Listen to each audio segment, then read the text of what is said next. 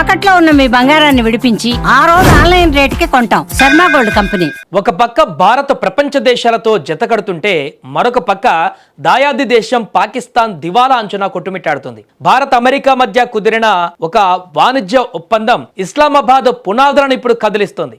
మాకు సాయం చేయండి అను పాక్ అరుస్తున్నా కూడా అగ్రరాజ్యం అమెరికా చూపు మాత్రం భారత్ పైనే ఉంది. అసలు భారత్ అమెరికా డీల్ పాకిస్తాన్ ఆర్థిక సంక్షోభాన్ని ఎలా దెబ్బతీస్తుంది? మన సుంకాలు తగ్గితే వాళ్ళ ఆర్థిక వ్యవస్థ ఎందుకు కూలిపోతుంది? ఈ వీడియోలో తెలుసుకుందాం. పాకిస్తాన్ ఆర్థిక వ్యవస్థకు ప్రధాన జీవనాధారం టెక్స్టైల్స్. వాళ్ళు అమెరికా, ఐరోపాలకు ఎక్కువగా ఎగుమతి చేసేది దుస్తువులే. భారత్ కూడా ఇదే రంగంలో పోటీగా ఉంది. ఇన్నాళ్ళు అమెరికా మార్కెట్లో భారత ఉత్పత్తుల పైన ఎక్కువ పన్ను ఉండేది.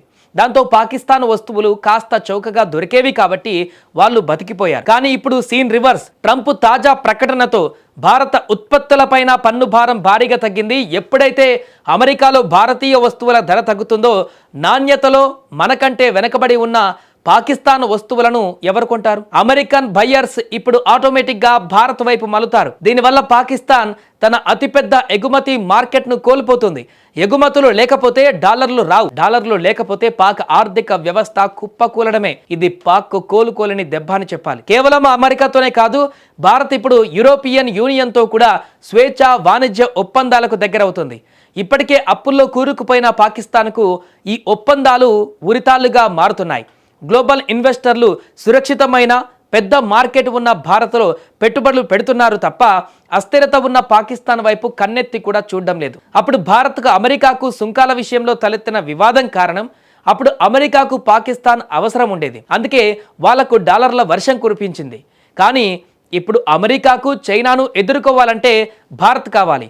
అందుకే పాకిస్తాన్ను పక్కన పెట్టి భారత్కు రెడ్ కార్పెట్ వేస్తోంది. అమెరికా తన వాణిజ్య విధానాల ద్వారా పరోక్షంగా పాకిస్తాన్కు నిధులు ఆగిపోయేలా చేస్తోంది. అమెరికా సపోర్ట్ లేకపోతే ఐఎంఎఫ్ కూడా పాకిస్తాన్కు అప్పు ఇవ్వదు. ఫలితంగా ఒక పక్క తగ్గుతున్న ఎగుమతులు, మరో పక్క ఆగిపోయిన విదేశీ సాయం వెరసి పాకిస్తాన్ ఆర్థిక సంక్షోభం మరింత ముదిరి పాకాన పడుతుంది.